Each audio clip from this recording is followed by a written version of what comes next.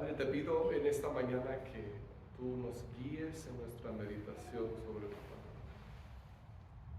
Señor, tú inspiraste a los hombres que hace tanto tiempo escribieron estos mensajes para nosotros. Y tu Espíritu que los inspiró ahora está aquí con nosotros para iluminar nuestras mentes con tu verdad. Así que danos entendimiento y ayúdanos a poner en práctica lo que tú nos dices. Te lo pido en el nombre de Cristo Jesús. Amén. Como muchos de ustedes saben, yo nací y me crié en el Perú, donde mis padres sirvieron durante 15 años como misioneros. Y como cualquier otro país, el Perú tiene su propia historia y su propia cultura, sus propios paisajes. Y una de las características particulares de la historia peruana es el uso de cierta clase de puente que se construía en las montañas para cruzar las profundas quebradas que hay en los Andes. Estos puentes se construían de sogas o de mecates. No solamente se usaban las sogas para construir los puentes, sino que solamente eran de soga. Los incas, quienes construyeron estos puentes, no conocían la rueda. Así que estos puentes de soga servían perfectamente para que cruzaran los peatones y sus animales.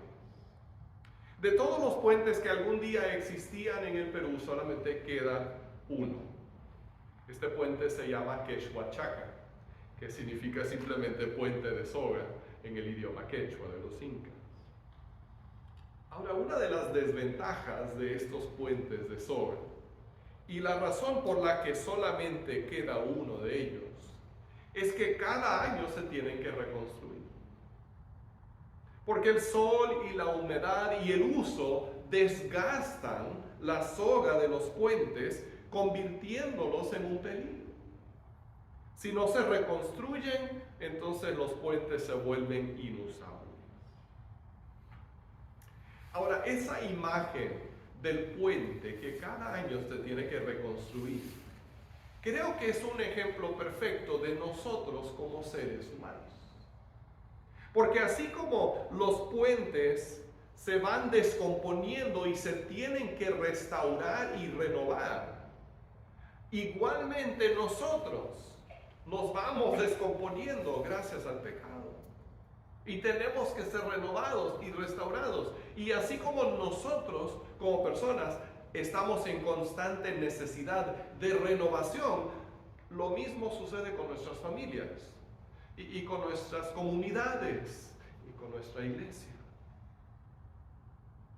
Nuestra dirección natural como seres humanos es a la deriva. Entonces, si simplemente seguimos el camino que nos parece normal, nuestra carne nos va a llevar lejos de donde tenemos que estar. Y por eso tenemos que estarnos constantemente renovando. Los reformadores del siglo XVI, que trajeron tanta transformación a la iglesia, volviendo a la Biblia y rechazando las tradiciones, tenían un dicho. Decían: la iglesia reformada siempre reformándose. Aunque ellos estaban realizando un cambio enorme, pero se daban cuenta de que eso no era suficiente. Seguramente iban a surgir otras cosas que tenían que cambiarse. Tenía que ser un proceso constante de reformación. Y así necesitamos también nosotros. Tenemos que ser renovados personalmente. Y luego tenemos que trabajar para restaurar a nuestras comunidades. ¿Cómo se hace esto? Encontramos un gran ejemplo en el libro de Nehemías, en el Antiguo Testamento. Y las últimas semanas hemos estado hablando sobre buenas costumbres. Hemos hablado sobre buenas costumbres en nuestra vida personal, y buenas costumbres en nuestra vida familiar, y buenas costumbres en nuestra vida financiera. Y en las próximas semanas quiero que enfoquemos las buenas costumbres que podemos nosotros fomentar como iglesia. ¿Cuáles son las costumbres que nos van a llevar lejos como iglesia en este año y en todos los años que vienen? Hoy vamos a ver la primera de estas aquí en el libro de Nehemías. Estamos enfrentando el deterioro de nuestra sociedad. Antes todos estábamos de acuerdo en lo que era moral y lo que era inmoral, ahora parece que nadie sabe. Nuestras familias se desmoronan. Las iglesias parece que no florecen, o las que florecen tienen ideas medio raras. En esta situación, Nehemías nos habla, o mejor dicho, Dios nos habla a través de Nehemías. Ahora, entendamos un poco acerca de quién era ese hombre. Nehemías vivió unas pocas generaciones después del peor momento en la historia del pueblo de Dios, que fue el exilio babilónico. El templo de Dios había sido destruido cuando los babilonios invadieron y mucha gente había muerto, y la mayoría de los que quedaron habían sido llevados a la fuerza a vivir en una tierra extraña. Mientras estaban en la tierra prometida, vivían bajo un acuerdo especial con Dios que se llama un pacto. Este pacto Dios lo había establecido con ellos mediante Moisés y les había dicho: ustedes séanme fieles, o sea, adórenme solo a mí, no adoren a otros dioses, adórenme a mí como les estoy diciendo que lo hagan, y a cambio yo siempre estaré ahí presente en el templo con ustedes. Siempre les daré prosperidad y buenas cosechas. Siempre los defenderé de sus enemigos. Y Dios nunca había fallado en su promesa, pero su pueblo constantemente le había fallado. Y habían adorado a otros dioses, a ídolos, y vez tras vez Dios les mandaba profetas que les decían: arrepiéntanse. Cientos de años ellos constantemente le eran infieles a Dios, hasta que por fin Dios se cansó y dijo: ya no más. Y fue cuando invadieron los babilonios y lo destruyeron todo y se llevaron a la gente. Y durante 70 años esa comunidad de judíos vivió en exilio en Babilonia. Pero Dios había prometido que los iba a restaurar. Aún a pesar de su enojo por la constante rebelión de su pueblo, Él no los había abandonado ni había olvidado su amor hacia ellos. Entonces, después de 70 años, el primer grupo pequeño regresó. Y ellos reconstruyeron el templo que había sido destruido. No lo pudieron reconstruir con la hermosura que había tenido antes, pero ya tenían un lugar para adorar a Dios. Lo que no hicieron, sin embargo, fue reconstruir las murallas de la ciudad. Entonces la ciudad, aunque tenía templo, pero estaba desprotegida. Entonces pasan otros 80 años más o menos, 60 quizás. Y la familia de Nehemías, ellos no habían regresado con ese primer grupo. Ellos seguían viviendo en exilio, lejos de la tierra prometida. Pero nunca se les olvidó que pertenecían al pueblo de Dios. Y Nehemías sabía que aunque él vivía en lo que ahora era Persia, y de hecho tenía un buen trabajo, era el copero del rey, que era una posición de mucha confianza, porque el copero no era solamente como un mesero que le traía y le decía: su té, su majestad, sino que cada cosa que el rey tomaba, el copero lo tenía que probar primero para asegurarse de que no tuviera veneno. Entonces era un trabajo de mucha confianza y también era un trabajo bien pagado. Nehemías tenía esta buenísima posición en el gobierno persa, pero recordaba siempre que era judío, que era parte del pueblo de Dios. Ahora, punto y aparte, yo me pregunto a veces si nosotros, cuando llegamos a tener una buena ubicación en el mundo, ¿no?, un buen trabajo, una buena familia, una buena casa, ya estamos cómodos, ¿será que nos olvidamos de que realmente somos parte del pueblo de Dios? Nehemías no lo olvidó. Él recordó siempre que era judío y su corazón estaba en Jerusalén, aunque quizás nunca lo había visitado. Hasta que por fin un día llega un hermano de Nehemías y Nehemías le pregunta: oye hermano, ¿cómo está todo allá en Jerusalén? Y su hermano le dice: no, Nehemías, Las cosas andan mal. Todo está quemado, el muro está en ruinas, el portón son puras cenizas, o sea, todo está por los suelos. Y en la reacción de Nehemías hay varias lecciones para nosotros hoy. Si queremos renovar, reconstruir nuestras vidas, nuestras familias, nuestra iglesia. Y vamos a ver hoy la primera de estas cosas. Y lo vemos en lo que hizo Nehemías cuando recibió la noticia del triste estado de Jerusalén. Se encuentra en Nehemías capítulo 1, versículos 4 al 11. Y dice así: al escuchar esto, me senté a llorar. Hice duelo por algunos días. Ayuné y oré al Dios del cielo. Le dije: Señor, Dios del cielo, grande y temible, que cumples el pacto y eres fiel con los que te aman y obedecen tus mandamientos. Te suplico que me prestes atención, que fijes tus ojos en este siervo tuyo, que día y noche ora en favor de tu pueblo Israel. Confieso que los israelitas, entre los cuales estamos incluidos mi familia y yo, hemos pecado contra ti. Te hemos ofendido y nos hemos corrompido mucho. Hemos desobedecido los mandamientos, preceptos y decretos que tú mismo diste a tu siervo Moisés. Recuerda, te suplico, lo que le dijiste a tu siervo Moisés. Si ustedes pecan, yo los dispersaré entre las naciones. Pero si se vuelven a mí y obedecen y ponen en práctica mis mandamientos, aunque hayan sido llevados al lugar más apartado del mundo, los recogeré y los haré volver al lugar donde he decidido habitar.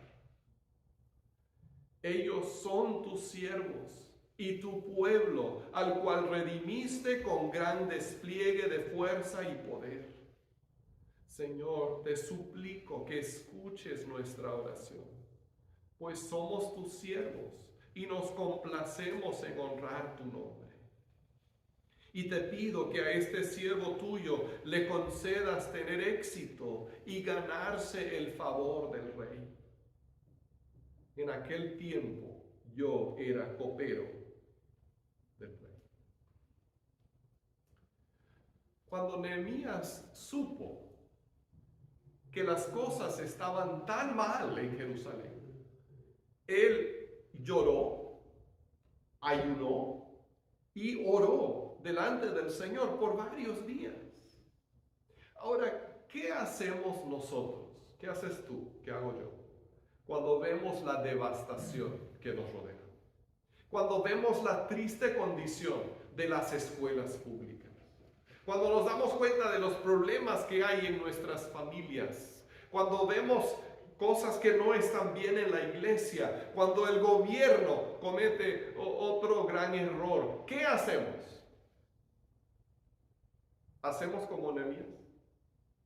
Nos ponemos a orar y llorar y ayunar delante de Dios y decimos: Señor, te necesitamos. O más bien nos ponemos a señalar con el dedo y decir: no, es que si mi esposa, o si estos maestros, o si el presidente, o esto o lo otro, y le echamos la culpa a todo el mundo, pero no buscamos la ayuda del único que puede cambiar la situación.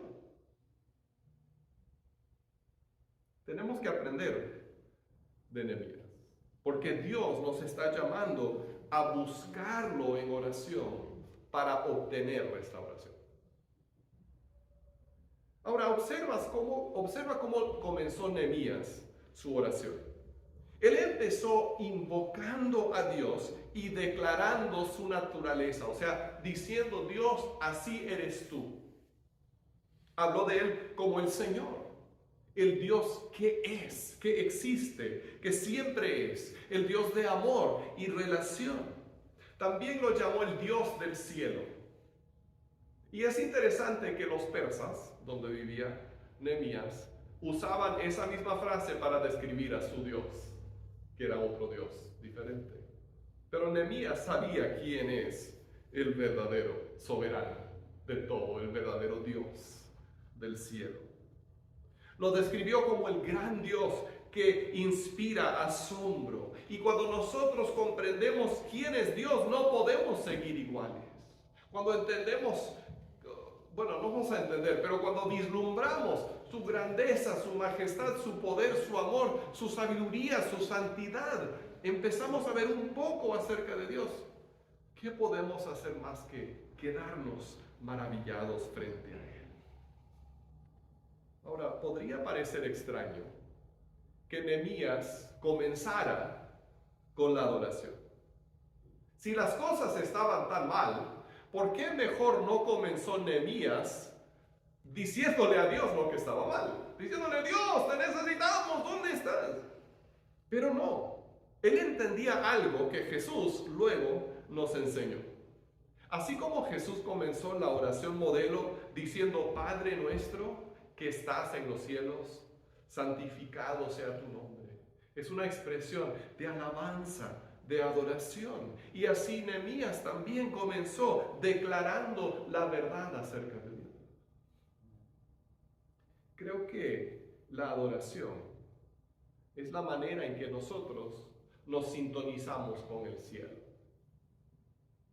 Algunos de nosotros tenemos la edad suficiente como para recordar aquellos radios de botones que se tenían que girar para poder sintonizar la estación que queríamos escuchar.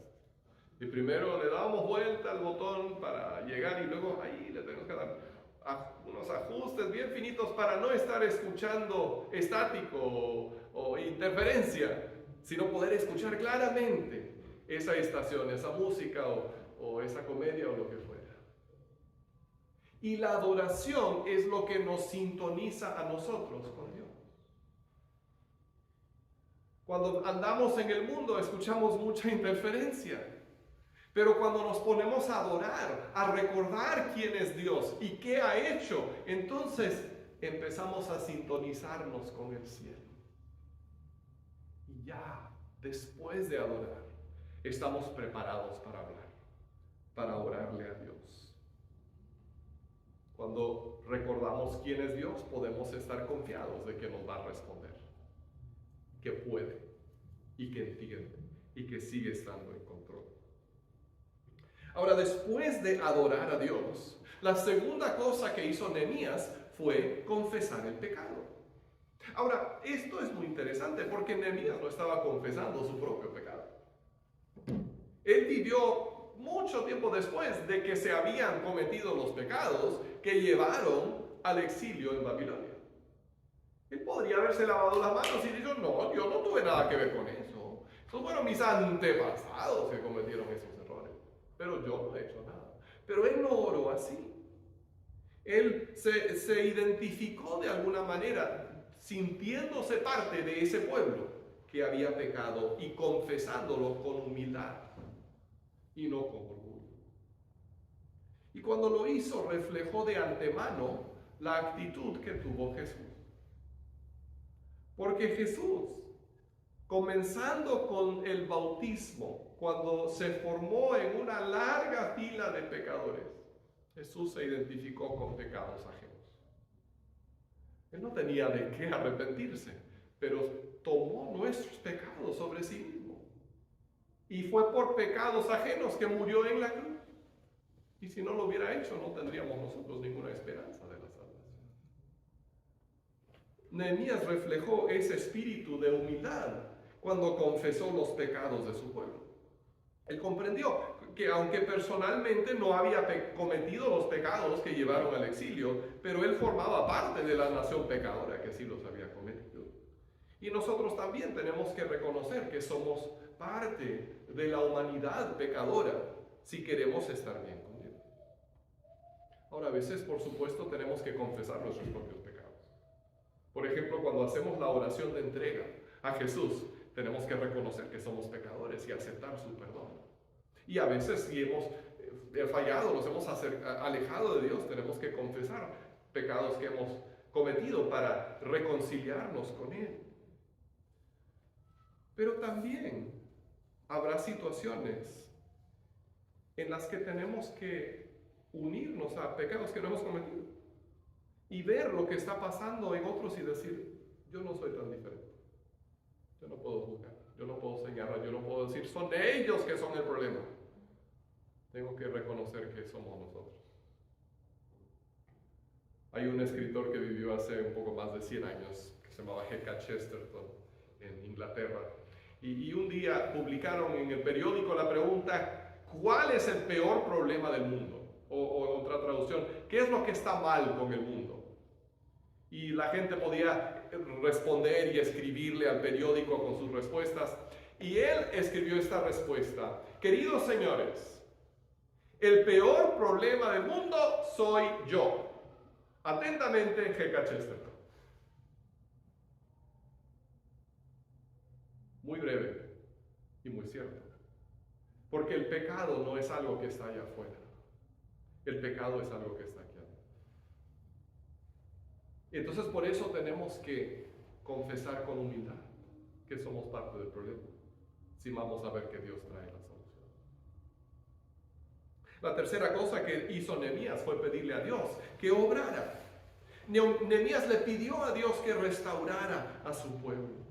Muchas veces la gente piensa que tiene que ofrecerle algo a Dios para que Él obre. Como que tenemos que negociar con Dios o tenemos que hacer algún trueque, que si le doy esto, Dios me va a dar aquello. Pero esa es una manera de pensar del paganismo. Algunas de las naciones que rodeaban a Israel incluso sacrificaban a sus propios hijos, buscando el favor de sus dioses. Pensaban que tenían que darles eso para recibir a cambio la prosperidad. En la religión tradicional de nuestros países, algunas personas hacen promesas a las imágenes, pensando que así les van a conceder favores, o caminan largas distancias de rodillas para poder pedir algún favor. En algunos casos hasta castigan a las imágenes que no hacen lo que ellos piensan que deben hacer. Recuerdo visitar un pueblo en México donde la iglesia había sido dañada en un terremoto. Y entonces los pobladores habían volteado todas las imágenes en sus nichos para castigarlos porque no habían podido defender su iglesia. Esa no es una manera de pensar bíblica. Es una manera de pensar pagana. Nehemías no trató de negociar con Dios. No le dijo, Dios, si tú haces esto, yo te voy a dar aquello. Simplemente le recordó a Dios lo que él mismo había prometido en su palabra. Dios ha hecho ciertos compromisos con nosotros. En el Antiguo Testamento, el acuerdo que había hecho con su pueblo fue el pacto de Moisés, y Nehemías basó su oración en ese pacto. Nosotros hoy nos relacionamos con Dios por medio de otro pacto, que es el nuevo pacto que Jesús estableció. Pero debemos seguir el ejemplo de Nehemías y recordarle a Dios sus propias promesas en oración. Si yo le digo a Dios, Dios, recuerda que tú en tu palabra prometiste esto, se lo puedo pedir con toda confianza. Si yo le pido cosas a Dios que Él no me ha prometido, ya no sé si me los va a dar. Pero si le pido en base a su palabra, en base a los compromisos que Él mismo ha hecho, entonces puedo pedir con absoluta confianza, en lugar de negociar. Bueno, entonces Nehemías adoró, confesó, le pidió a Dios que actuara y luego hizo una cosa más. Le pidió a Dios que le ayudara a él a tomar acción. ¿Ves? Para Nehemías la oración no era un pretexto para quedarse con los brazos cruzados. Nehemías no dijo, bueno, ya oré, a ver qué Dios dice, yo no puedo hacer más. Sino que para Nehemías la oración era la preparación para la acción. Alguien ha dicho que puedes hacer muchas cosas después de orar, pero no puedes hacer nada antes de orar. Entonces la oración no es un sustituto para la acción, sino que es la preparación para la acción. Y cuando tú te preparas en oración, Dios puede usarte para hacer cosas grandes, como hizo con Nehemías, lo que vamos a ver en las próximas semanas. Pero lo que hacemos sin orar, lo hacemos solamente en nuestras propias fuerzas. Ahora, si olvidas todas las cosas que digo hoy, recuerda esta. La reconstrucción comienza con la oración. La reconstrucción comienza con la oración. Si tú te das cuenta hoy de que tu vida necesita restauración, comienza con la oración.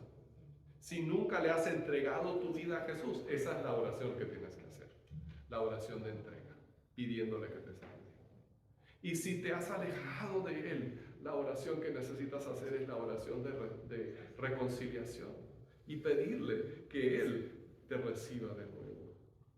También tenemos que comenzar con oración si queremos restaurar un matrimonio o una familia dañada.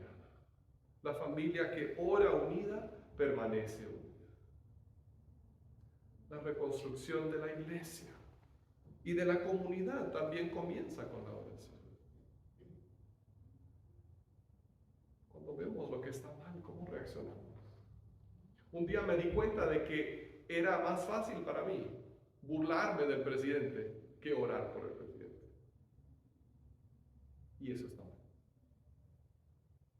Porque si queremos que las cosas cambien, tenemos que estar de rodillas en oración. Así como lo hizo Nehemías, en adoración, en confesión y en petición. Hay tantas cosas que están mal, pero cuando vemos algo que está mal, nos ponemos a orar o nos ponemos a señalar. Esa es la decisión. Oraremos por los perdidos, oraremos por nuestros hijos, oraremos por nuestras familias, oraremos por las escuelas, oraremos por el presidente, oraremos por la iglesia. Si no estamos en oración, no importa qué más hacemos, no va a funcionar. Estamos en constante necesidad de renovación y la renovación comienza con la oración. Vamos a orar. Amado Dios, tú eres un Dios de nuevos comienzos y de restauración y renovación. Pero tú buscas a tu pueblo que se quebranta delante de ti en oración. Enséñanos, Padre, a ser ese pueblo. Enséñanos a orar. Te lo pido en el nombre de Cristo Jesús.